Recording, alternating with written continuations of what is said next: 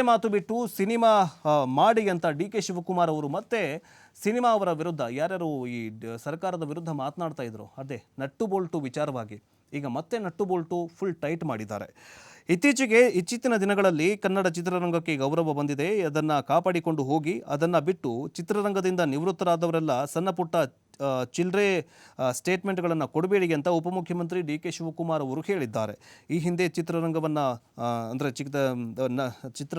ಮುಂದಿಟ್ಟುಕೊಂಡು nut Bolt tight ಮಾಡಬೇಕು ಅಂತ ಹೇಗೆ ಟೈಟ್ ಮಾಡಬೇಕು ಅನ್ನೋದಂಥ ಹೇಳಿಕೆಯನ್ನು ನೀಡಿದಂತಹ ಸಂದರ್ಭದಲ್ಲಿ ಸ್ಯಾಂಡಲ್ವುಡ್ನ ಹಲವಾರು ನಟನಟಿಯರು ಇದಕ್ಕೆ ವಿರೋಧವನ್ನು ವ್ಯಕ್ತಪಡಿಸಿದರು. ಏನು ಹೇಳಿದ್ರಂತ ಆ ಟೈಮಲ್ಲಿ ಯಾವುದೋ ಒಂದು ಫಂಕ್ಷನಲ್ಲಿ, ಈ ಸಿನಿಮಾದವ್ರದ್ದು ನಟ್ಟು ಬೋಲ್ಟು ಹೆಂಗೆ ಟೈಟ್ ಮಾಡಬೇಕು ಅನ್ನೋದು ನಂಗೆ ಗೊತ್ತಿದೆ, ಅದು ಎಲ್ಲಿ ಹಿಡಿಬೇಕಲ್ಲ ಅಲ್ಲಿ ಹಿಡಿತೀನಿ ಅಂತ ಹೇಳಿಕೆಯನ್ನು ಕೊಟ್ಟಿದ್ದರು ಡಿ ಕೆ ಶಿವಕುಮಾರ್ ಅವರು.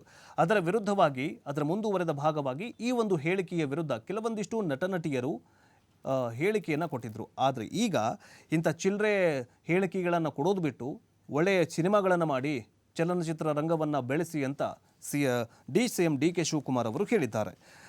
ಇದಕ್ಕೆ ಕೆಲವೊಂದಿಷ್ಟು ಅಂದರೆ ಡಾಕ್ಟರ್ ರಾಜ್ಕುಮಾರ್ ಅವರ ಜನ್ಮದಿನದ ಆಚರಣೆಯ ಪ್ರಯುಕ್ತ ಕರ್ನಾಟಕ ಚಲನಚಿತ್ರ ವಾಣಿಜ್ಯ ಮಂಡಳಿ ಆಯೋಜಿಸಿದಂತಹ ಆರೋಗ್ಯ ಶಿಬಿರಕ್ಕೆ ಚಾಲನೆ ನೀಡಿ ಮಾತನಾಡಿದಂಥ ಸಂದರ್ಭದಲ್ಲಿ ಡಿ ಕೆ ಶಿವಕುಮಾರ್ ಅವರು ಹೀಗೆ ಹೇಳಿದ್ದಾರೆ.